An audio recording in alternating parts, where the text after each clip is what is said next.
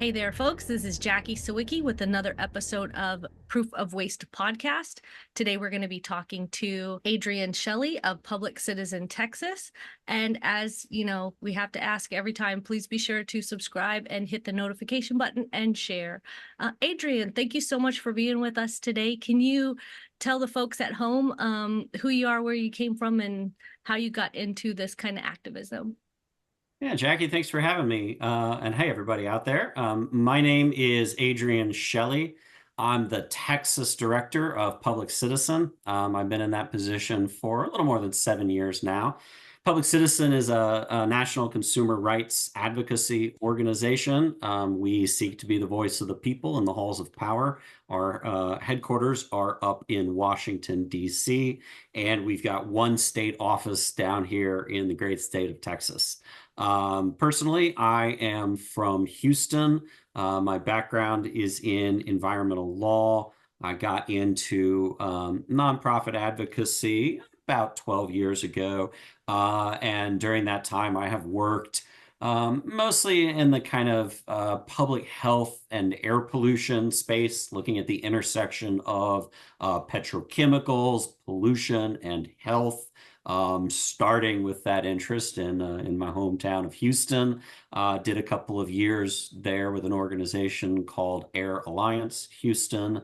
And I joined on with Public Citizen so that I could work a little bit more statewide, so that I could work on other issues, including the climate crisis, and more recently, grid resiliency here in Texas. And that has led me in just the last couple of years into the crypto mining space. And, as I have learned more about the mining industry and the impacts that it will have on the grid and that it is already having on the grid and on energy prices in Texas, I have naturally gotten involved. Like I'm sure most of your listeners will agree. I am pretty fearful about what crypto mining in Texas means for affordability and reliability of energy in the state.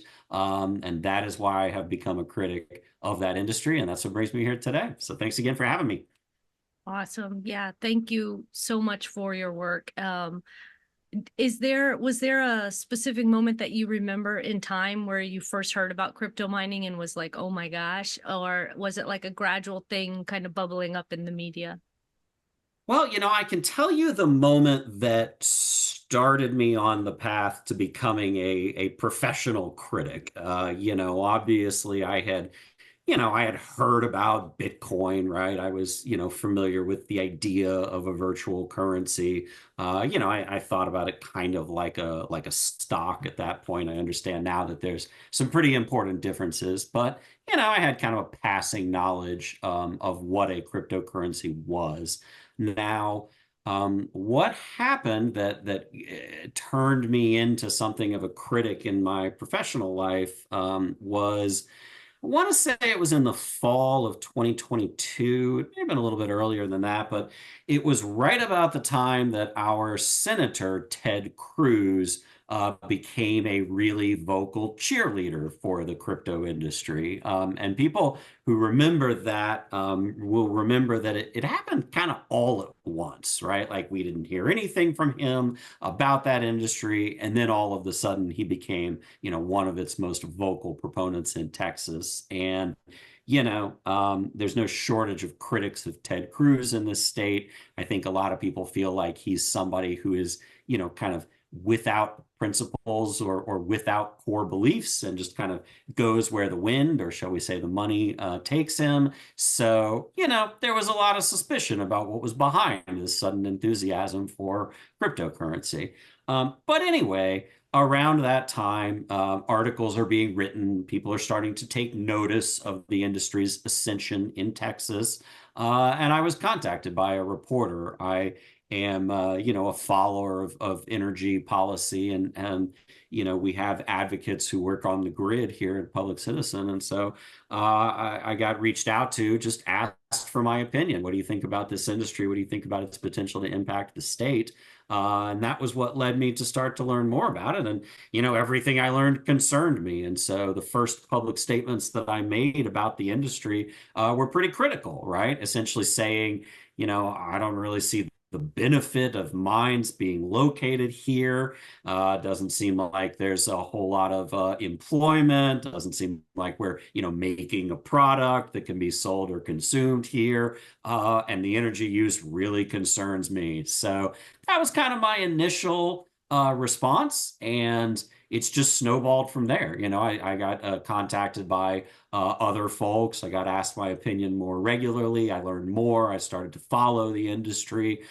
And again, the more I learned, the more I grew concerned.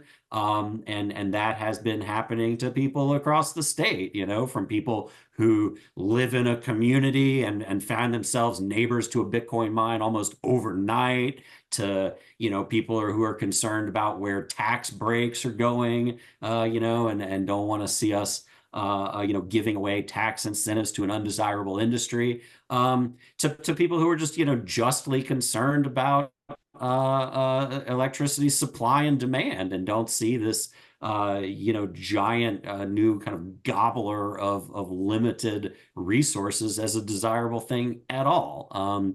So yeah, my activism has just kind of increased ever since, and I'm in a position now of really trying to make some changes at the PUC, at the legislature, and more Texans and more decision makers in Texas are realizing that something's going to have to be done to get control of this industry. So that's where we are today.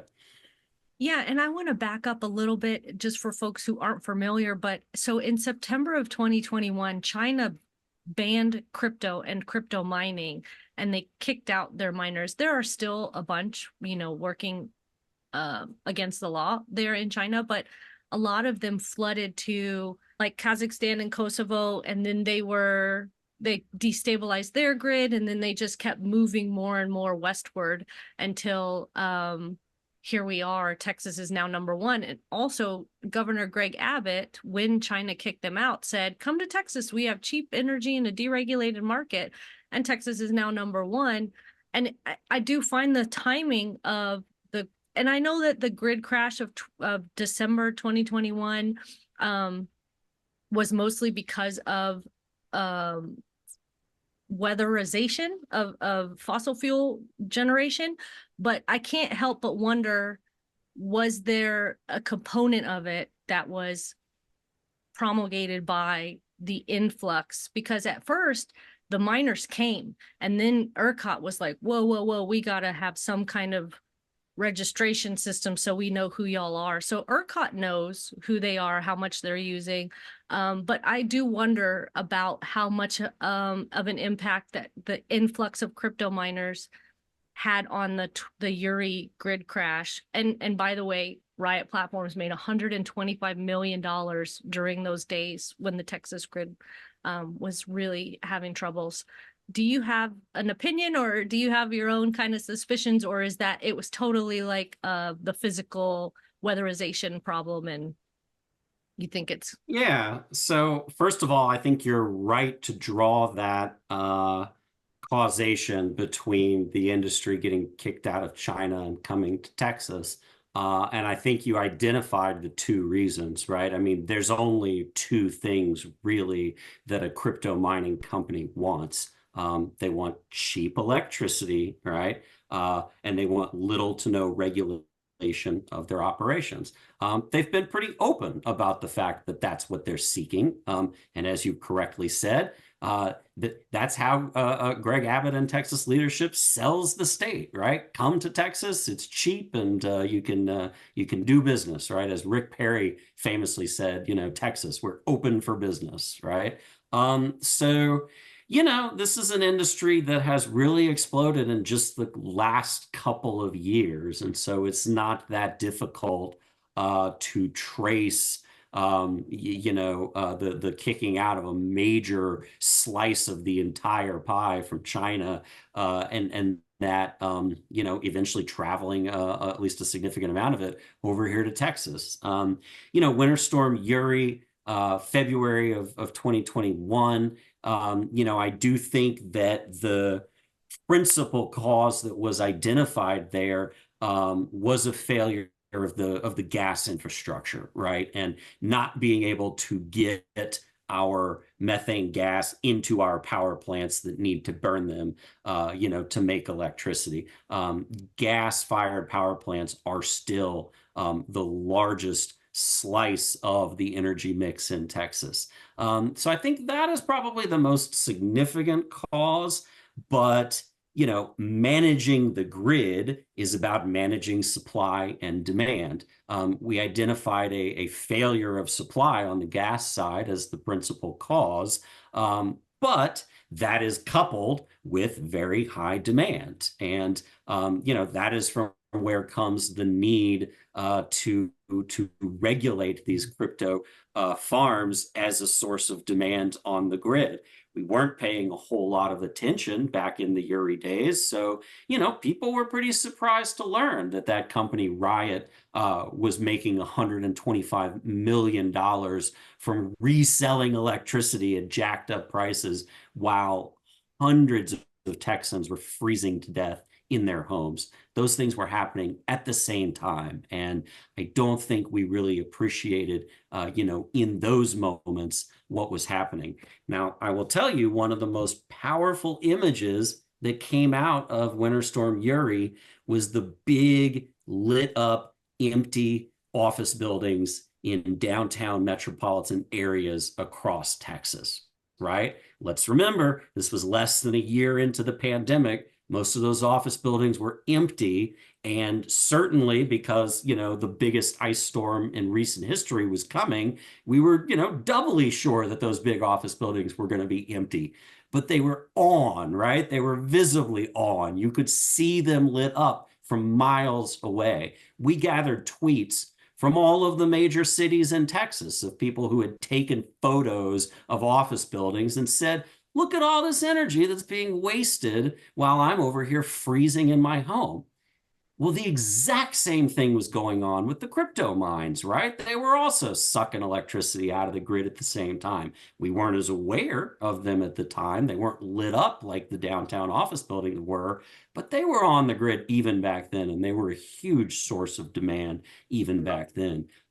It's certainly become a more significant factor since Uri, which is why, as you say, the PUC is looking to get these folks registered. I'm not sure that I would agree today that the PUC really even does know exactly how big it is, right? There was a hearing just a couple of weeks ago in Senate. I think it was Senate Business and Commerce. You had PUC Chairman Gleason estimating about 2,600 megawatts of demand.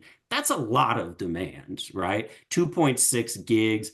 Peak demand for the entire state is a little bit over 80, maybe 83 or so. More typical demand, probably around, 60 or so. So that's like 3 to 4% of the whole grid. I mean, that's pretty significant, right? It might not sound like a lot, but it is for an industry that, as we've said, isn't really contributing much to the state, right? So the PSC's got some idea of it, but what they don't have is any formal process of figuring out, where people are, who they are. Now, by the time this podcast goes to air, I'm not exactly sure when that will be, but it's Tuesday the 28th right now. No, it's Wednesday the 28th right now. Tomorrow, the 29th, the PUC has got a really full docket, and one of the items on there is to require registration of large crypto mines. And I say large because the threshold is 75 megawatts. That's very big. Yeah. That is going to catch all the big mines in Texas,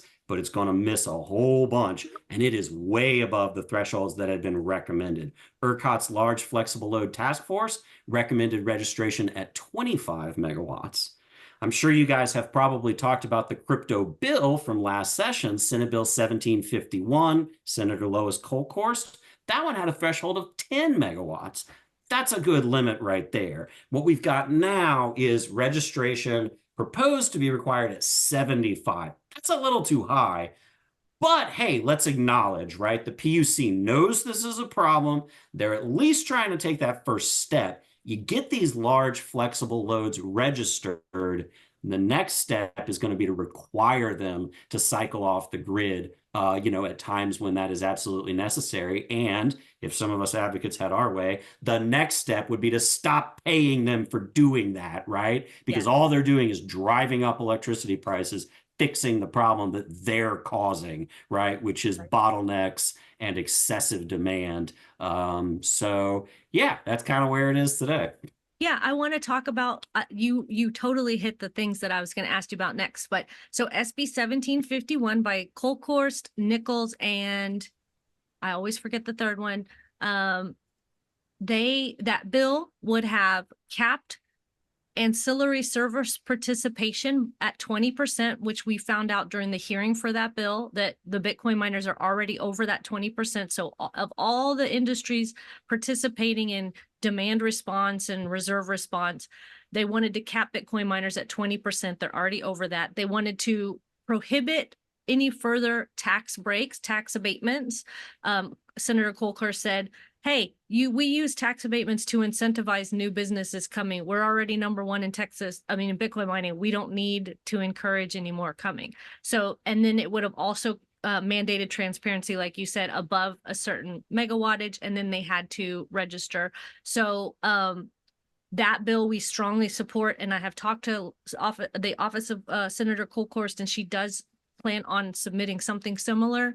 And then the June 12th hearing on the grid, you were in attendance. The Bitcoin bros kind of had their butts handed to them by the senators. I loved that they kept saying, this is not a data center. Bitcoin mines are not data centers, because that's something that we've been saying for a really long time. Can you talk about the January 12th hearing and the responses, like the change of tone? Like really, it went from a very pro crypto environment to like, whoa, wait a minute, what are we doing? Can you talk also about the projections that came out in that Lieutenant Governor Dan Patrick tweeted about, that kind of got a lot of attention? Yeah, that June 12th hearing was quite a moment for the way that our lawmakers are thinking about this industry, right? And first of all, I mean, we have to acknowledge that, these scary demand projections have been around, right? It's been at least probably 6 months to a year prior to that June 12th hearing that some of these projections were out there, right? So, there was reason to know about some of this earlier.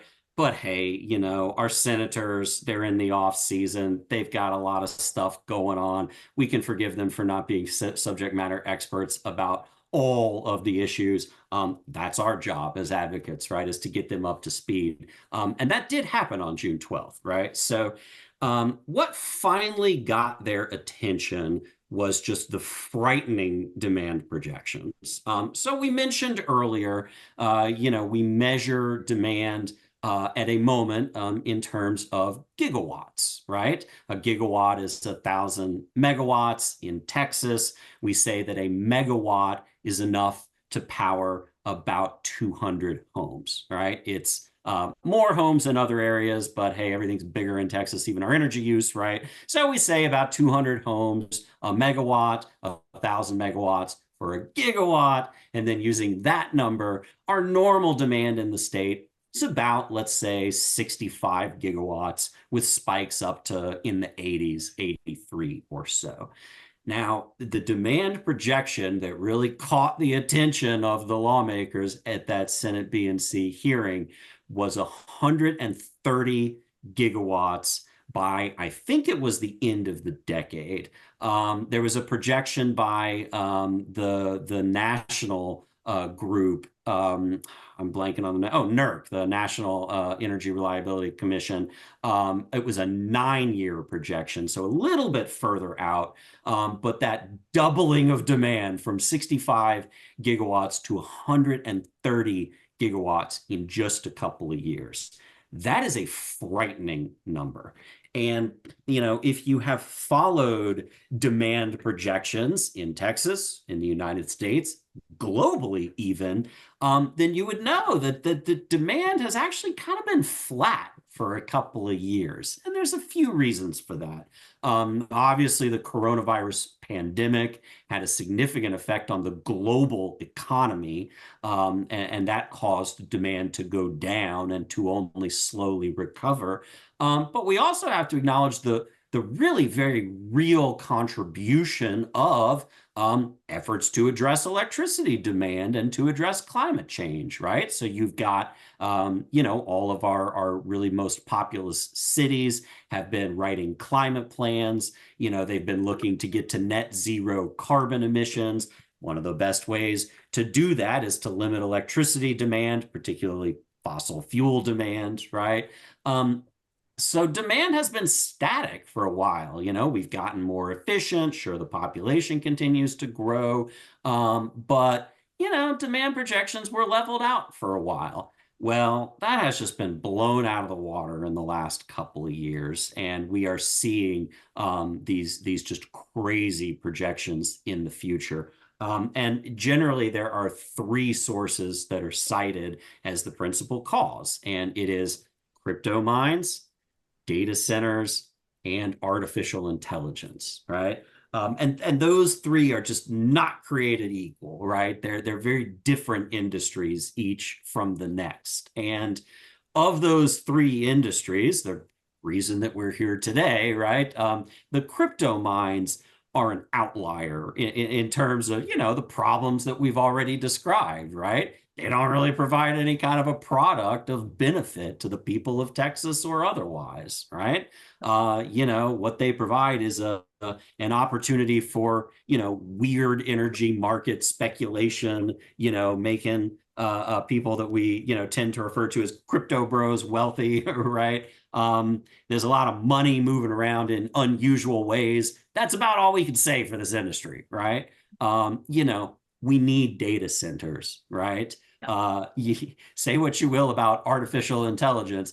It's a significant part of data and computing now. There are going to be artificial intelligence facilities, right?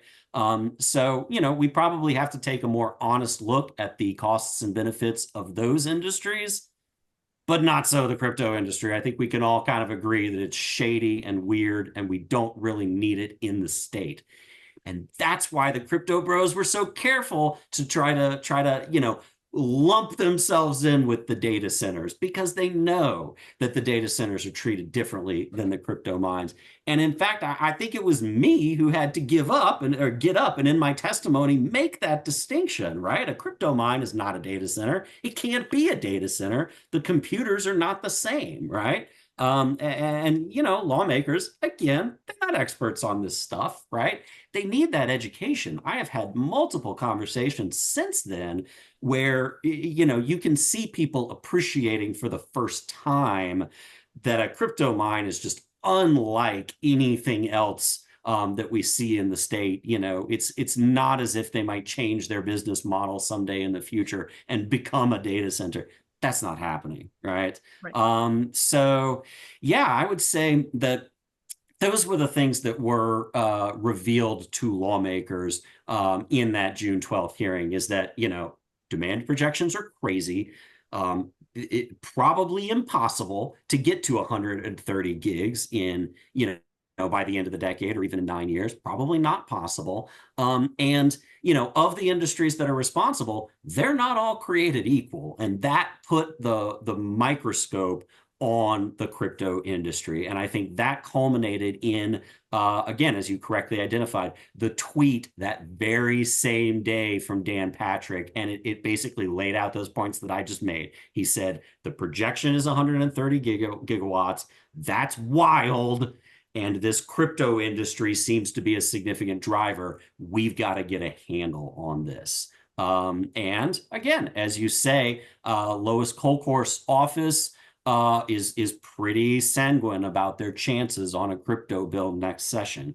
I think we're going to see a different bill than 1751. I can't speculate about, what it looks like when it's filed, let alone what it looks like as it makes its way through the chambers. The bill did pass the Senate last year. It did have bipartisan sponsorship too. You mentioned Senators Kolkhorst and Nichols. Senator Donna Campbell was also on there. And then you had a Democrat, Senator Jose Menendez. So this was a bipartisan bill. It passed the Senate. It did not find a House champion, but hopefully that changes in the next session. We've got a bill that is more kind of up to date on our understanding of the issues, and that has bipartisan support in both chambers, and we get something done. I think a lot of us are really hopeful that that's a very real possibility in our 2025 legislative session.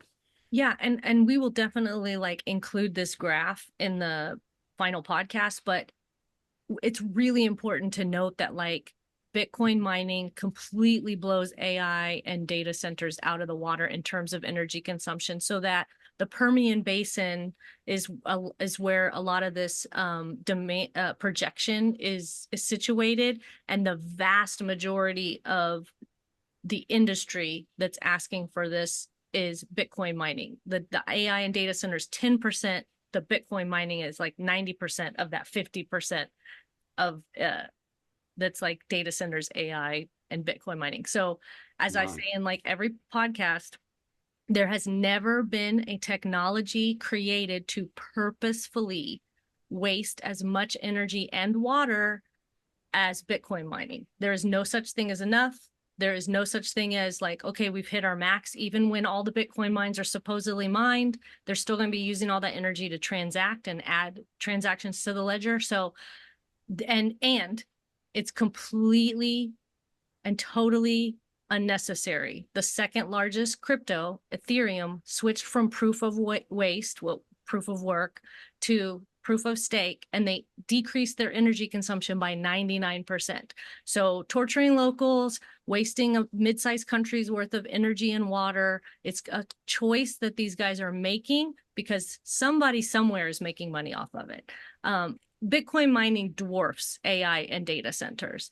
And Professor Daniel Lau of Kentucky talks about this as well. How did you hear about the Texas Coalition and the National Coalition against crypto mining? And has there been other stuff in the news that you're oh, we should be keeping an eye on that? Yeah, so I got connected to you and the Texas Coalition Against Crypto Mining. Maybe through a news story or maybe through social media posts or something that you were doing. As advocates, a lot of times, we work in the kind of policy space. I'm based in Austin for a reason.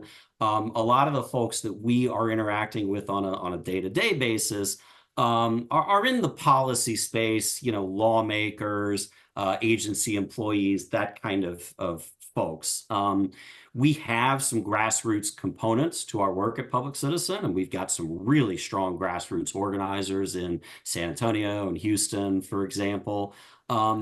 But, it's not as if I am a canvasser or, I'm not in an HOA meeting every night, every couple of weeks, right? In fact, I'm going to a town hall tomorrow, but, I am not as on the ground as some organizers are. So a lot of times I am relying on communities, on people to find their way to me and to find their way to Public Citizen. And we get involved in permit fights, for example. We oppose the concrete plant in Houston, or the gas peaker plant in Granbury, or whatever. And we tend to come around to those specific fights when community members reach out to us directly, right?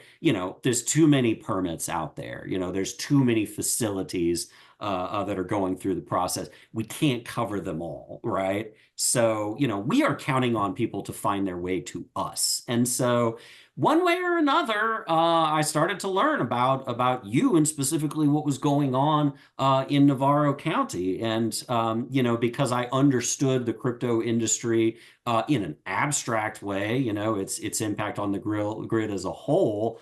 I was trying to understand the local version of that. And I think that's how we naturally got connected, is you were giving everyone in Texas an on-the-ground perspective of, what it is like to be near one of these things, what it is like to watch, what I would call bad faith actors in this Mhm. industry interact with local government, do things kind of outside of the public view. It's really discouraging to see, but unfortunately, it's a common story in Texas.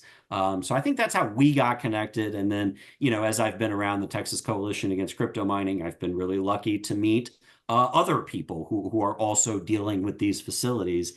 And one more thing I will say about this. I am a professional advocate. I got into this space because of my education and because of my background in Houston. Um, what I'm not is a frontlines community advocate. I grew up in the suburbs. I still live in the suburbs.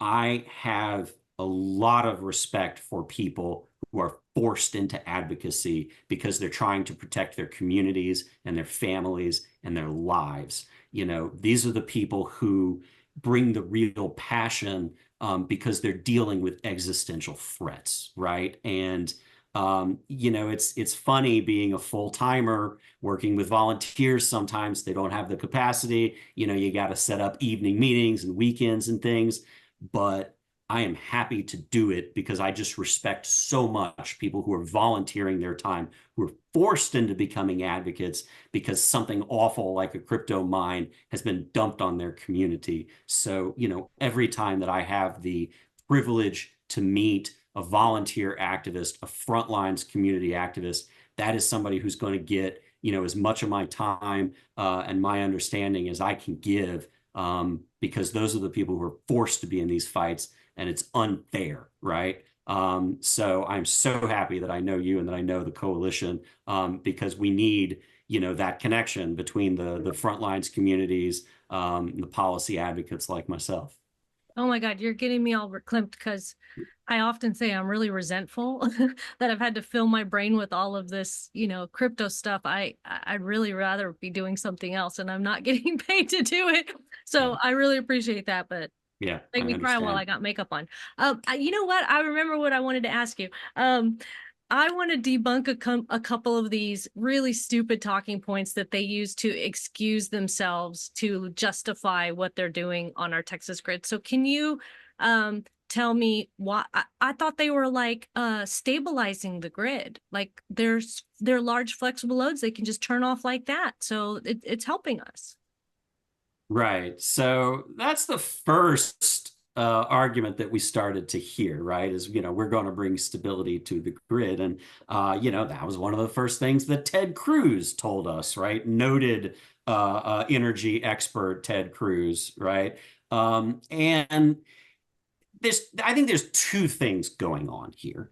Um, First of all, I think that the representatives of the crypto industry who actually do understand how an electricity grid works and how energy markets work, I think those people probably know that their claims are overstated and in a lot of cases just outright false. I think they probably know that they're misrepresenting the real situation. And we'll talk about why it's a misrepresentation in a moment. I think that that's a small wedge of the industry, the ones who really do understand energy policy. I think that the vast majority of them are what we derisively refer to as the crypto bros, right? The ones who are in it because it's sexy and because there's a chance to make money and because it feels cutting edge. And of course, a lot of those people did make some money, right? And did benefit from the kind of cachet that the industry had, at least at first, right? And those folks, I think, just bought into the hype, right? Because again, let's be clear about what this industry is. It's just hype, right? It can only survive because of the imaginary worth that has been attached to it in the form of, the price of the Bitcoin, right? Which, as we know, it's not tied to anything real in any way, right? There's no commodity that backs that besides, as we've discussed, burning energy, right? That's really the only commodity. They are, wasting energy in order to imagine value, right? So, I think that the crypto bros do not have the capacity to understand the energy market.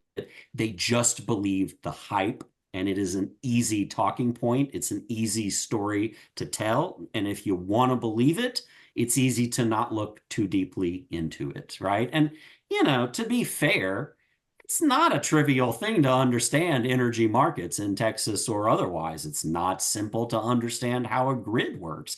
I've been working in this space for nearly a decade, and I would not say that I have a really complete understanding of how the grid operates. It's complicated stuff, right? So again, I think you've got a few bad actors that have made a conscious decision to misrepresent how this industry is going to operate on the grid. And then I think you've got a whole bunch of people who are just not really taking a critical look at the industry and have kind of bought into that hype. So let's get into why that's a misrepresentation, right? First of all, let's talk about the truth in the argument to the extent that there is any, right? And that is that we do need what are called flexible loads on the grid, right? We need sources of energy demand, right, that can shut off when things get tight. Again, we can think about the grid operation as balancing an equation, supply on one side, demand on the other side. Those have to be equal in order for the grid to work. So how do we equalize them? We bring supply up. That's where the peaker plants and things like that, batteries come in, right? Or we bring demand down. That's where energy efficiency programs come in, your thermostat programs, those kinds of things. But you've also got what are called the large flexible loads, right? Some big old demanders of electricity can't turn off, right? We can't just turn off the residential neighborhood. We can't turn off the hospital, right? But, if you've got a factory that's just making, widgets, and the widgets don't, have to be out by a particular date, you can turn off the widget factory, right? Crypto is just the ideal example of this because, as we've discussed, they're not making a real product. All they're doing is wasting electricity. They can stop wasting electricity at a moment's notice. Doesn't really affect their operations. How do we know that? Because they already do it all the time, right? When the price of crypto goes down, they shut off. When the price of energy goes up, they shut off. Not because they're magnanimous and they want to help the grid, but because they can't make money when energy is expensive, right? So we do know, and we can acknowledge that the crypto mine is in fact kind of the ideal example of the flexible load that can be shut off. But it turns out that that's not a good thing. That's a really bad thing, right? Why? Because all they're doing is taking the demand off the grid that they created, right? It's almost like, let's say you've got a finite resource in your home, right? You've got, I've got 5 people in my family. I've got enough food to feed 5 people, right? If somebody shows up to my home tomorrow, if, Dwayne The Rock Johnson shows up and starts eating 15,000 calories a day out of my refrigerator, right? Suddenly my food bill goes up. If he says, well, you know what? I'm going on the road next week, so I'm not going to eat 15,000 calories out of your refrigerator. Is that a gift to me, right? Should I pay him for not eating me out of house and home? No, he caused the problem in the first place, right? I didn't have room to start giving out 15,000 calories a day to somebody who didn't live with me last week, right? All he's done is fixed the problem that he created. And that's exactly what the crypto industry has done. Again, 2.6 gigawatts of new demand in just the last couple of years from an industry that was not in Texas at all previously and whose presence in Texas has made absolutely no difference to Texas at all, right? It's not as if we're all enjoying a nice pile of Bitcoin in our homes, right? We haven't gotten any benefit out of that industry whatsoever. It's making unknown and unseen people wealthy, right? So the industry is only offering for a fee, right, to get rid of demand that it created. So there's nothing good about that, right? And the other reason that it's a bad thing is, again, because of how this industry operates, it is in the absolute ideal position to manipulate the grid and to manipulate energy prices in order to wring more profit out of the grid. Let's go back to Riot. They made $125 million during Uri. How? By selling electricity that they were hoarding while Texans were dying. That is what it really means to be a crypto mine participating in demand response in Texas. It means to charge Texans to fix a problem that you created and to do everything that you absolutely can to drive up energy prices to extract different value streams out of your operations in Texas. It's a net negative to the state. And again, it's pretty easy to see that if they weren't here, we wouldn't need these actions by them at all. And yet here we are paying hundreds of millions of dollars a year to get them to undo the problem that they have brought into us in the first place. Yeah. I often say my analogy is someone is murdering you and they're strangling you, and then they stop strangling you and they go, look, I'm helping you breathe. Now pay me. In August of 2023, we had like 11 calls for conservation. We had like a near emergency. We were 15 minutes away from another crash in September of 2023. Like, and I keep asking policymakers, if we weren't number one in Bitcoin mining, would we have had so many close calls last year? And thankfully this year, the grid feels a little more resilient. I think that has a lot to do with solar and battery, and people don't want to acknowledge how solar and batteries have been kind of saving our butts this whole summer, because it's kind of a dirty word out here in the boonies. Solar is not, people aren't happy about all of the farmland being taken up, and a lot of times, just like Bitcoin miners, the community isn't really involved in the decision-making process, but it really has helped us, and I think it's kept us from having so many of those close calls. But Bitcoin mining has such a huge impact. And also, when you say they're not even like really helping the state, during the hearing for SB 1751, we found out from industry representatives that they've only created 20,000 permanent full-time jobs. And we have like 15, 16 million working Texans. So that's like a drop in the drop of a bucket. And I've also seen Bitcoin miners compared to Enron. Can you talk about the similarities there? Because some folks are a little bit younger. They might not remember the Enron debacle, but. Yeah, it's a good analogy. I was, oh gosh, I was 18 years old in Houston in 2001, right about the time that the Enron debacle was happening. I remember it pretty distinctly. My father worked in the energy industry, as we all will in Houston. So yeah, this is something that I witnessed in real time, and that I have since, as I've learned about how energy markets actually operate, I've learned a great deal more about exactly what went down there. And it is a very good analogy. So first of all, I think we should acknowledge, again, another exceptional parallel here. If folks remember, there was a documentary that came out about the Enron debacle, and it was called The Smartest Guys in the Room. And that name was significant because there were people who were raising the alarm about Enron, taking a close look at its books, at all of these kind of exotic financial products that it was starting to produce and sell. And people were saying, this doesn't add up. Something is wrong here. And the answer that they would get from Enron was, you don't understand. We've got the smartest guys in the room. We know what we're doing. Well, it turns out that those smart guys were criminals, right? They were engaging in fraud. So what were they doing?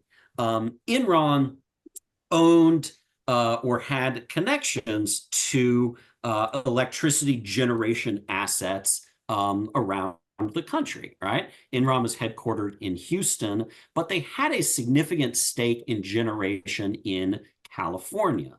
The PG&E is the provider out there. And Enron had such a significant stake in generation out there that they were able to manipulate the supply of electricity significantly enough to change the price of electricity in California.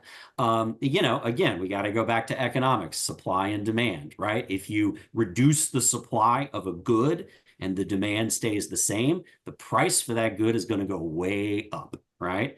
And Enron is over here participating in energy markets with all of these crazy exotic products that nobody understands. And Enron is in a really excellent position to make a bunch of shady money if it can predict what is going on in energy markets. And in fact, it was able to predict what was going on in the California energy market because it was stacking the deck, right? It was causing generation. And this was ultimately the evidence that brought the whole Enron scheme crashing down, is they found communications between Enron and electric generators, power plants in California, directing them to stop producing electricity in order to cause a bottleneck in supply and cause prices to go up so that Enron could make a bunch of money, right? So you had two things happening. You had dishonest actors who were manipulating a market that they controlled, and then you had complex and confusing, and in some cases, fraudulent financial instruments that are extracting value out of that situation. That is exactly what is going on with Bitcoin, right? They are controlling the supply, they are controlling the market, and they are in a position to manipulate energy prices and to benefit from energy arbitrage as the markets fluctuate, as supply and demand and prices change. So the analogy is excellent, right? You've got a bad actor who is in a position to manipulate the market and who can extract value in doing that. And that is what is happening. It's so funny that they said, you don't understand, because that is a tagline of Bitcoin and bros. Like, oh, if you're against Bitcoin mining, you just must not understand it. So that's pretty funny. The parallels just could go on and on. That's right. And let me give you one more example of that, right? Because there are other, more fantastic and in some cases more complicated claims that the Bitcoin bros make about the industry. And again, they rely on jargon. They rely on a limited understanding about how the market works to convince people that they know what they're talking about. And so I'm going to throw out some jargon here, but only as a way of illustrating how this technique works, right? The Bitcoin bros will tell you, right, that they are going into transmission constrained areas and making use of stranded energy, right? So what does that mean? Well, we've got power plants on one side, we've got generation, and then we've got users on the other side. We've got demand. And a lot of the generation is out in West Texas. That's where the wind is. That's where the gas is. But the demand is in East Texas, or really we say east of 35, where all the cities are. And between the supply and the demand, you've got the transmission lines, the wires. And the wires are only so big, right? And if you've got a whole bunch of electricity being made over here in the West, and you don't have enough wires to make it to the East, that electricity is lost. it goes away, right? And in fact, you end up with some weird situations. There are some places where wind energy will actually go into negative pricing, as in like they are paying to put their wind on the grid because it's got to go somewhere. They've got, an obligation to produce a certain amount, right? They can't just switch off. So you get these weird situations, right? And the crypto bros say, we're fixing that problem. We'll go to the wind farm and we will use that electricity so that these transmission constraints are not a problem. Well, there's a bunch of different things wrong with that. And I'm not going to get into what all is wrong with that, but I'm just going to say two things about it. One, transmission constraints caused by a lack of power lines is a problem that really needs fixing. And the real fix is to get the power where it's needed, not just use it on crypto, right? But to build new transmission lines, build batteries, get the power where it needs to be, right? And if we're using that transmission constrained energy in a wasteful way, we're never going to see where those investments need to be made. So that's the first thing, right? And the second thing is it's not being done. There's no example of a mine that's using transmission constrained electricity. How do we know that? Because the Bitcoin bros are amazing self-promoters. And if that facility existed, it would be plastered on the cover of Wired magazine every 3 months, right? But it's not because it doesn't exist, right?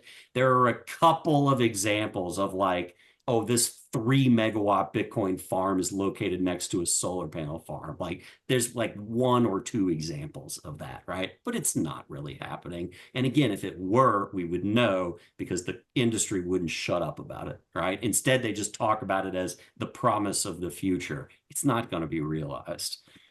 Yeah, when they say that stranded energy, like all of the greenwashing, all of the myths and the BS that they say is like so infuriating because we talk a lot about Brandolini's law. It takes way less effort to say the lie than it does for you and I to go back and go, well, actually, no, it's this, this, and this.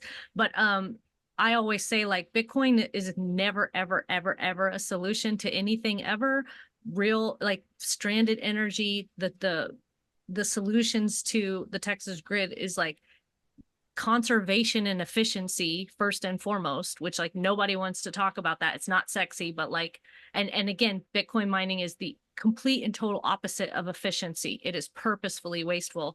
And then transmission lines, batteries, we know the solutions, and it blows my mind and it makes me very angry all the time that Texas is #1 in not only fossil fuels in America, but we have now surpassed California in renewables. We are leading the nation in solar and wind, and our bills should be going down, down, down. But because of the Bitcoin mine and because of this enormous demand, they're driving up our prices, which is another BS myth that they talk about.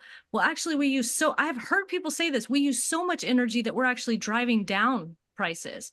It's like you have to be on another planet. You have to have never taken an economics course in your entire life to know that like that is just patently false. So And there's another example of kind of a Bitcoin myth in there, right? Which is we're spurring investment in green energy. Texas has been #1 in wind for 20 years, right? We don't need the Bitcoin industry to spur investment in clean energy. Texas is an energy state. We may have had some hiccups in renewable development because we've got lawmakers who are engaging in protectionism for the fossil fuel industry, but you're not going to keep the clean energy industry down. It has been exploding in Texas for 20 years. The Bitcoin miners are like the rooster that thinks he crowed and caused the sun to come up, right? I mean, that's just not the way it works. yeah, and actually, since you brought it up, I do want to note that the real winner here is the oil and gas industry. Bitcoin mining is keeping plants from being retired. It's driving up demand. Can you talk a little bit? We're running out of time, but like I think it's important also to talk about the law that was passed that is funding new generation. Yeah, so that's the Texas Energy Fund. And we are actually, again, going to tomorrow's Public Utility Commission meeting. We are going to learn tomorrow about which of the Texas Energy Fund projects will be funded. So we got to go back to February of 2021 again and Winter Storm Uri. Ever since then, there has been an acknowledgement that our grid is shaky and unreliable. And one of the proposed solutions for that has been to build more generation. Now, many of us in the energy and in the public advocacy space have been calling for a different solution since February of 2021, and that is attacking the problem of increasing demand through energy efficiency. Think about your thermostat program. Think about your insulation and your double pane windows and things like that. Energy efficiency is cheaper than new generation, and it saves money because it reduces our bills, right? We've also been talking about another demand side strategy, which is distributed generation, which you could think of as just solar panels on your home. I got solar panels on my home, right? If we all had solar panels on our home, if we made a little bit of electricity in a diffuse kind of a way, that's going to cut down on demand as well. So those are obvious solutions. We've known about those solutions, and we know that they're cheaper than building new gas plants. But the Texas Energy Fund, which again, this is a $5 billion fund, it was approved by voters last November. Propositions on the state ballot are essentially always approved. If you ask Texans, if you present I would say, false choice to them, do you want an unreliable grid or do you want more gas plants? Most Texans will say they want more gas plants because, I mean, let's be honest, nobody wants an unreliable grid. It's awful to sit in your home with the lights out. If you told somebody the only solution is more gas plants, yeah, they're going to say they want more gas plants. Unfortunately, Texas has not been serious about the other better solution. Why is the demand side solution better? Because it's cheaper, because it can be implemented faster, and because it saves money. So why are we not going in on that solution? You just identified the reason. We're still trying to sell more petrochemical energy. That is our primary motivation of our policymakers and our lawmakers, our elected officials in Texas. Some people would go so far as to say the Texas government has been bought and sold by the petrochemical industry. I do not think that that is an overstatement.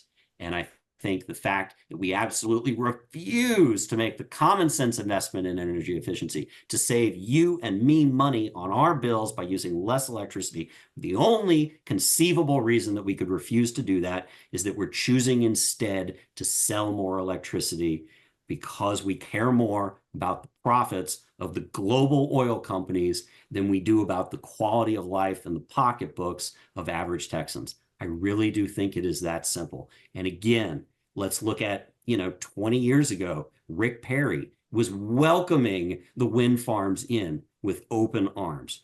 Rick Perry has had some problems. Rick Perry was not exactly a thought leader as the energy secretary during the last presidential administrator. But he got that one right, right? He welcomed the wind industry with open arms, and that's what got us to be number one in wind. Now, what do we see? We see wind and solar and batteries attacked with new laws and regulations every single session. Batteries are excluded by law from the Texas Energy Fund. This is a fund to bring grid stability. Batteries bring grid stability. Batteries were excluded by law from the Texas Energy Fund. It is fossil fuel protectionism, plain and simple.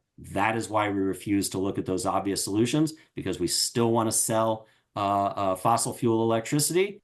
And that is why we continue to just uncritically welcome the crypto mines into the state, because a lot of policymakers just see dollar signs in terms of more fossil fuel energy sold. And it is important to also note that a lot of the crypto lobbies, crypto mining lobbies, have connections to the oil and gas industry. Greenpeace did a report on that, and we'll share that in the show notes. So yeah, I mean, there's a definite incestuous kind of relationship. They definitely feed off of each other. And Texans, not only does it working on conservation and efficiency, it's also safer Like, it's safer as in we're not going to die from exposure, but it's also safer as in all of these fossil fuel plants aren't spewing pollution and giving our children cancer and asthma and heart disease and all that other good stuff that comes with, you know, cancer alleys. So Texas is, we have a lot of work to do in protecting the public's health. And a lot of Yes, it has to do with our energy. and to your point about the growing political influence of the crypto industry, my DC office just put out an excellent report last week on political campaign contributions from the crypto industry. They are absolutely on the ascendancy. They are the fastest growing lobby in terms of campaign contributions. The crypto industry has already contributed more than $119 million to campaigns across the United States in 2024. That's already happened. So take a look at that report from Public Citizen. We will definitely include that. Well, Adrian Shelley of Public Citizen Texas, thank you so much for being on the podcast.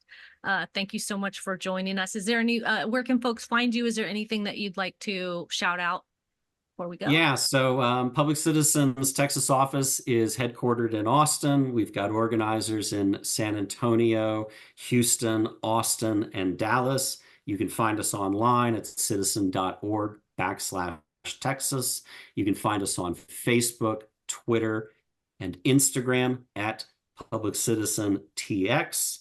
And you can find us in communities and in town halls across the nation where we are joining people on the front lines as they fight the next crypto mine, as they fight the next gas plant. We are, and we aspire to be in the trenches with you all. So thank you again, Jackie, for the work that you are doing in Navarro County and for the work that the Texas Coalition Against Crypto Mining is doing. This is ultimately, a problem on the ground for communities and for people like you who are on the front lines. It is also a problem that we all feel when we pay our energy bill, but we need to take it down to the level of the communities and the families who are being impacted first. And if we can understand and respect and honor those human costs, I think we will make better decisions as a state. And I think we have a bright, clean, reliable energy future ahead of us if we start making decisions for people, not for the crypto industry, not for the petrochemical industry. So thank you for your work. I really appreciate being here today. I hope to come back.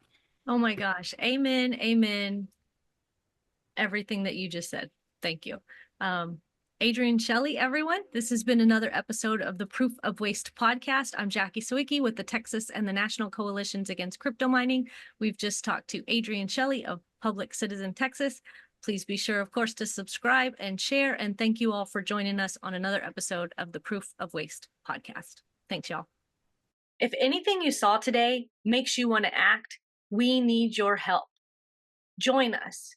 Fill out the form below, and we'll get you onboarded into the National Coalition Against Crypto Mining. Thank you so much for watching.